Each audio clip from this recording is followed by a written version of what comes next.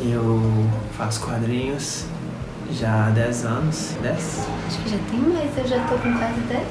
Você começou um pouco depois de mim, você foi acho que 11, né? Eu comecei a fazer o Penny Parker em 2008, então já faz 11 anos. Comecei a fazer quadrinhos numa tirinha, uma fanfic do Homem-Aranha Criança, chamada Penny Parker.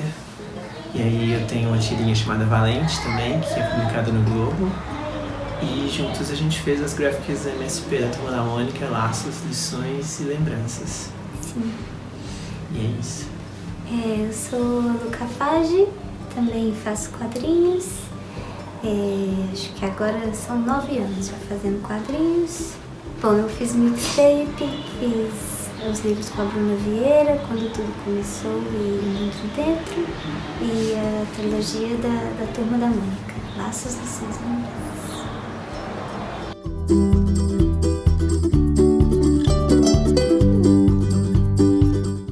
O início ainda vem um pouquinho antes do convite para fazer graphic, porque eu cheguei a fazer uma historinha curta do Chico Bento em 2009, né, no livro MSP 50, o Sidney Guzman, né, que é o editor do Maurício e que idealizador desse projeto todo.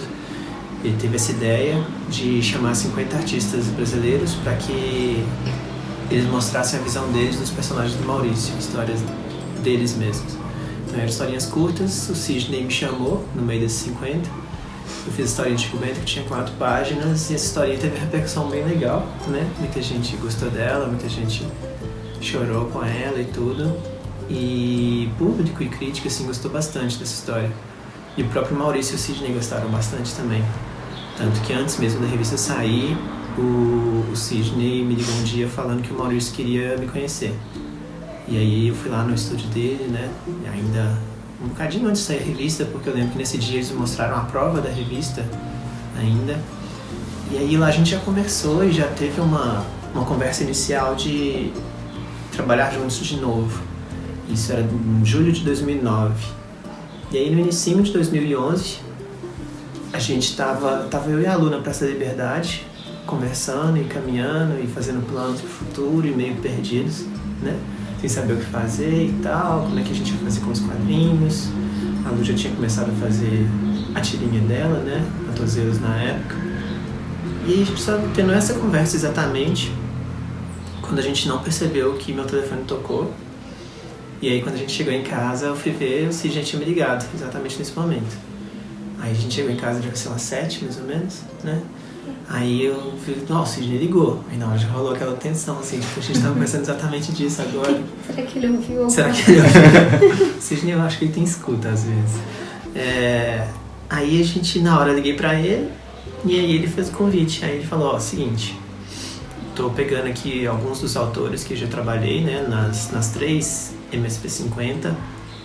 E são autores que eu gostei do resultado, que eu gostei de trabalhar junto, que eu acho que tem a ver com alguns personagens. Estou chamando alguns deles para fazer histórias maiores agora, vão ser graphic novels, com os personagens do Maurício. E só que dessa vez eu estou escolhendo o personagem para cada autor. No MSP 50 a gente tinha a liberdade de escolher, né, qual personagem que a gente iria trabalhar. Aí ele falou, já chamei o Danilo Beruti para fazer o Astronauta, já chamei o Gustavo Duarte para fazer o Chico Bento, e tô te ligando agora pra chamar pra fazer Turma da Mônica. E aí? Aí a gente na hora já topou, e isso eu no telefone com ele, e a Lu do meu lado, tipo, sem entender o que tava acontecendo e tal. E aí, o que tá acontecendo? E eu, peraí. Aí o Sidney passou um briefing só, falou, vocês podem fazer a história que vocês quiserem. São 68 páginas, pode ser uma aventura, pode ser um plano infalível e tal, só vou te pedir uma coisa. que na história tenha uma cena de flashback pra Lu desenhar, que a Lu já estava desenhando naquela época e o traço da Lu ainda era muito mais fofinho que o meu. Então eu quero que na história tenha pelo menos uma cena da turma meio babies assim, pra Lu desenhar. E nisso a Lu ficava mais empolgada, que eu ficava assim, Lu? Tá. E a Lu, quem foi? Aí no mesmo dia a gente desligou o telefone, já ficamos felizes, já contando lá pra mamãe, pro papai. Todo mundo lá em casa ficou empolgadaço. E aí na mesma noite a gente também, tamanha empolgação, já começou a rabiscar ideias pra história. Acho que a gente jantou primeiro. Eu nem lembro dessa parte, eu só lembro da gente já... A gente nem falou, tipo, vamos começar? Não foi assim, foi tipo... Podia ser, tipo assim, pegar umas histórias antigas de referência pra fazer isso e aquilo, um clima tal, essa podia ser a linha. A gente foi juntando tudo. Na mesma noite a gente já sabia basicamente o que ia ser a história, a gente já tinha o plot do Floquinho desaparecer, eles iam atrás dele. A gente já tinha noção muito boa do tema que a gente ia trabalhar, da carinha que a gente queria que a história tivesse. Sim. Tudo foi muito automático, assim, de tamanha, que nem eu falei, empolgação que a gente estava naquele convite.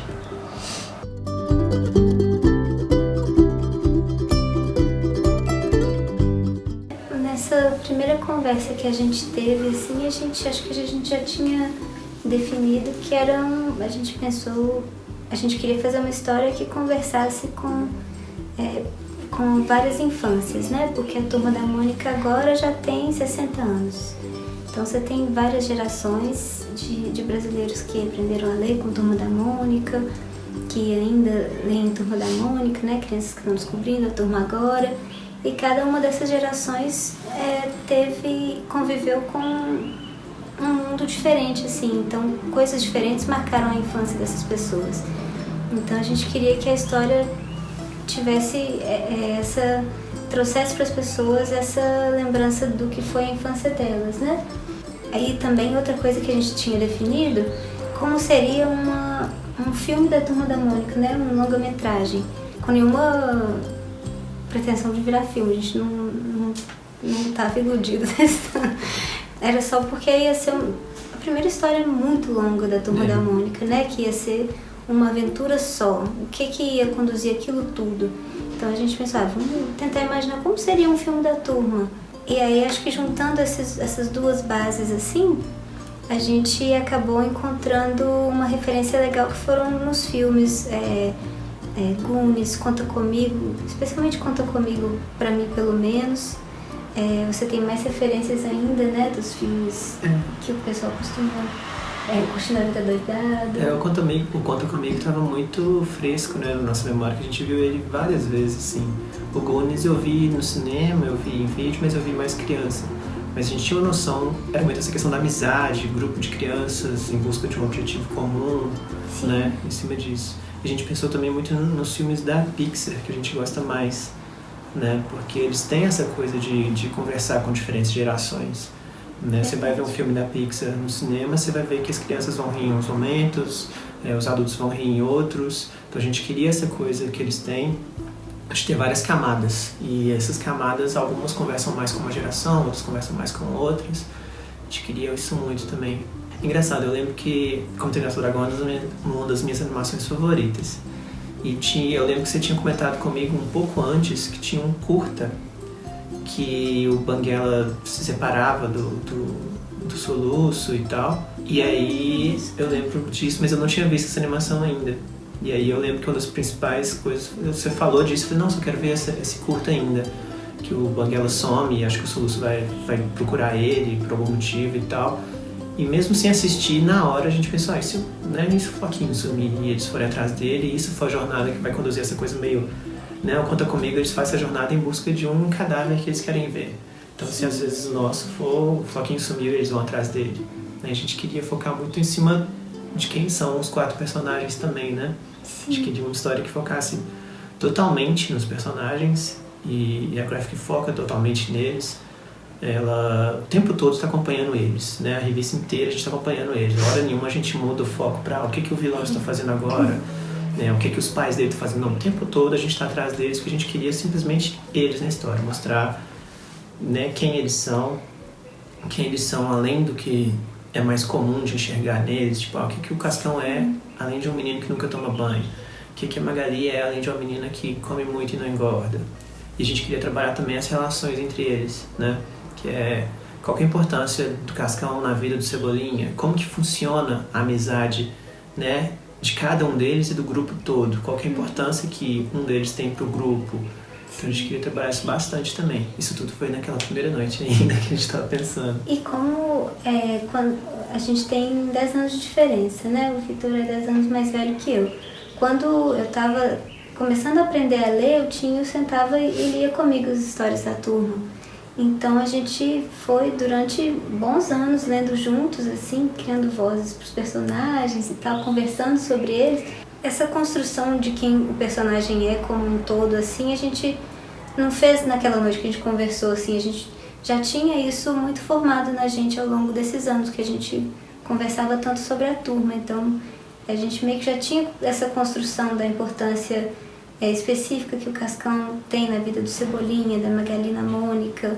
Não foram coisas que a gente arquitetou e inventou ali. Não, foi bem natural pra gente, né? Chegar no jeito que a gente mostra pras pessoas na história, né? A gente já meio que já enxergava aquilo e só precisou realmente direcionar isso pra colocar na história. Sim, escolher como mostrar, né? Exatamente. E tem muita referência também aos próprios quadrinhos do Maurício, da turma. E eu lembro que algumas pessoas perguntaram se a gente fez muita pesquisa, correu atrás de muita coisa pra fazer isso e nada, foi tudo de memória, né? A gente lembrava de tudo. Sim. Nas 3 gráficas a gente trabalhou coisas assim que sempre alguém verdade. falava, meu Deus, como que vocês lembram disso? Até textos inteirinhos, assim, que a gente tinha na cabeça. Tinha hora que o Sidney, na hora que ele tava editando o texto, que ele falava assim, vai essa parte que tá meio esquisita, vamos tirar. Eu falava, não, Sidney, isso é uma referência. Eu falei, nossa, meu Deus, é mesmo. E nas 3 a gente conseguiu colocar muitas coisinhas, assim, textos, falas de personagens inteirinhas que vêm dessas, principalmente acho que dessas histórias dos anos 90, assim, que foram mais da infância da Lu. Era uma fase muito boa da Turma da Mônica de roteiro ali, né? Tinha época que eles usavam muita gíria do que mágico. As histórias do Emerson. Do Emerson, quando a Denise começou a ter mais destaque. É uma fase excelente, assim. E foi justamente essa fase que a Lu pegou bastante. Sim.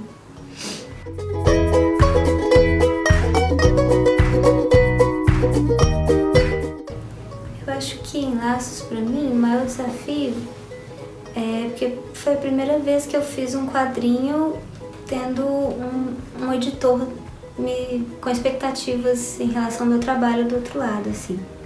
Então eu acho que esse foi o meu grande desafio e também, ao mesmo tempo, o meu aprendizado profissional mais importante, assim.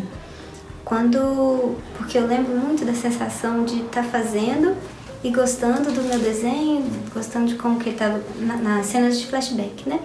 De como as coisas estavam caminhando, das decisões que eu estava escolhendo, de ângulo, de enquadramento, e até o design dos personagens, assim. Eu ia gostando, mas eu ia pensando, nossa, mas aí agora eu não posso só fazer o que eu quiser, assim. E eu não finalizo com caneta. O Vitor também já não finalizava com caneta, né? Vitor. O Tinho. Mas eu acho que o lápis do Tinho, ele tinha uma precisão muito maior do que a minha, assim, nas linhas. Então, quando eu considerava um desenho meio que ficando pronto, e eu olhava por mim e falava, está linda. Eu pensava, nossa, mas quando eu escanear isso e mandar pro Sidney, talvez ele olhe e pense, isso aqui tá pronto.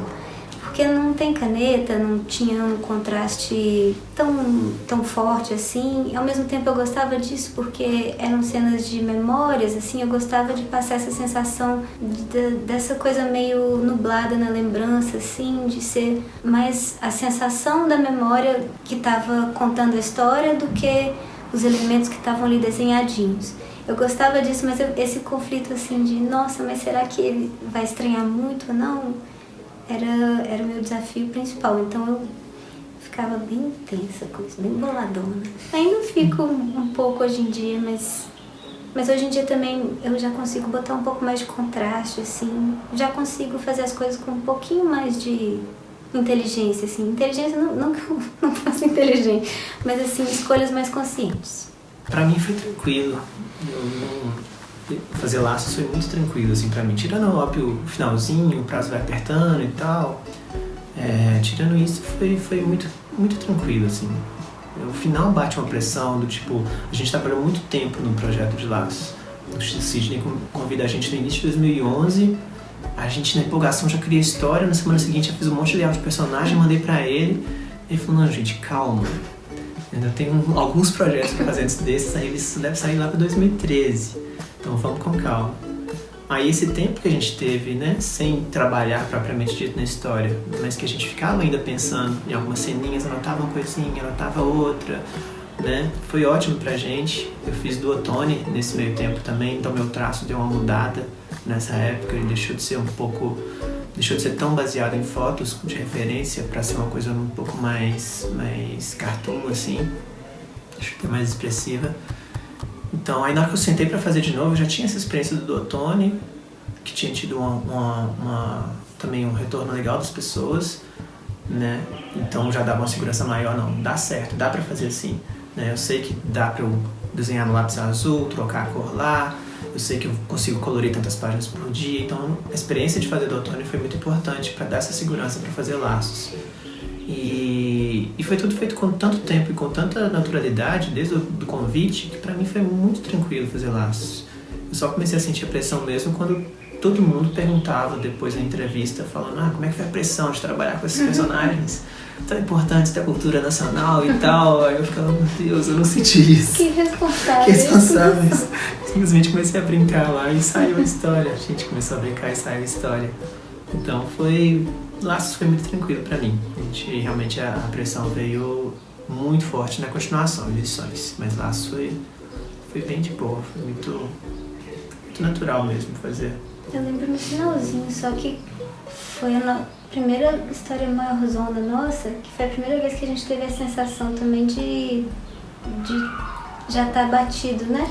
Teve isso, no finalzinho bateu, né? Não só a pressão de entregar, mas isso que você tá falando, que a gente trabalhou tanto tempo nela, foi, né, quase 2 anos, que coisas que a gente pensou lá no início, que a gente achava, que ideia legal, que sacada boa, quase 2 anos depois, pra gente era a coisa mais batida do mundo. Então a gente olhava as páginas da história e falava, nossa, que situação mais batida e tal. Não, a gente tinha que parar um pouquinho e pensar, não, gente, pras pessoas isso é inédito.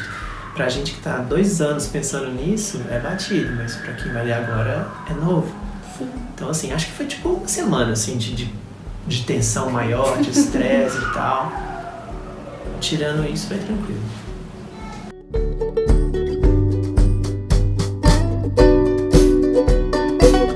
A gente viu a revista pela primeira vez lá da mão do Maurício e do Sidney, né? Sidney fez o favor de filmar. O Sidney filmou, Eu chorou.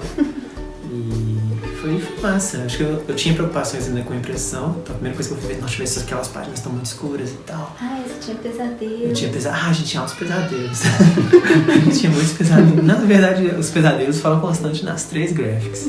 Sempre rolavam uns pesadelos bizarros, que dava tudo errado com a impressão e tal. Eu lembro de uma vez que eu sonhei que eu tinha esquecido de desenhar um quadrinho e a gente mandou o arquivo. Aí lá na pressa eles olharam, não, tá faltando um quadrinho aqui, o que a gente põe? Eles colocaram uma foto minha.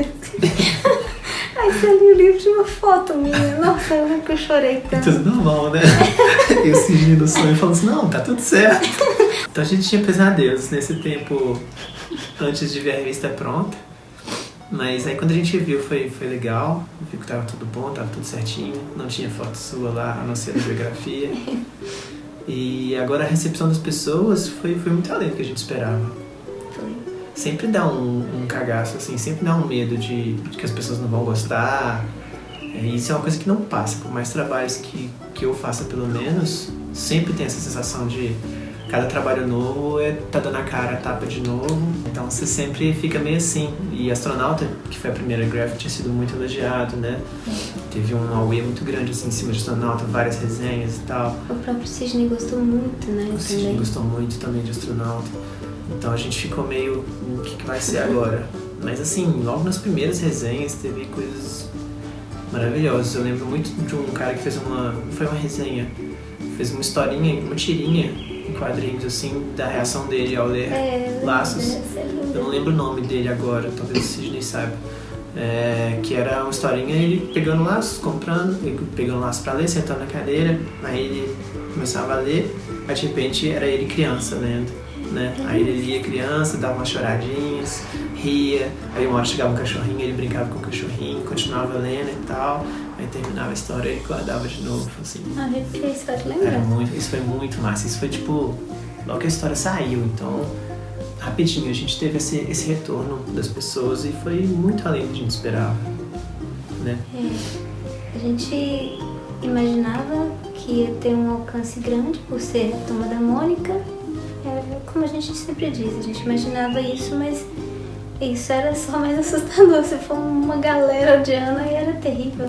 Mas aí o pessoal gostou e também foi acontecendo um pouco rápido quando, assim que a gente, pouco tempo depois da gente ver ela pela primeira vez, física, a gente já começou a viajar para lançamentos, então muitas vezes o pessoal lia até na fila mesmo antes de pedir assinatura pra gente e tal, e era legal ver a reação da pessoa ali ao vivo, assim, fresquinha, acabou de ler e o pessoal gostando. Isso foi dando confiança e dando a sensação de ter dividido uma coisa com as pessoas, né? Tava tudo muito fechadinho entre a gente, assim, era quase que um segredo e ao mesmo tempo aquele receio assim mesmo da gente.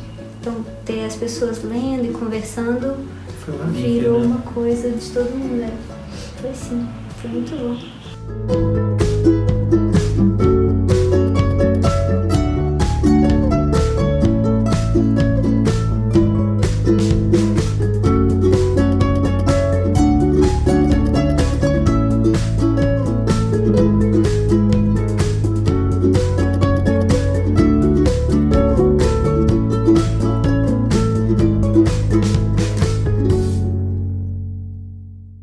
E para continuação, como é que foi, assim, agora a jornada de lições?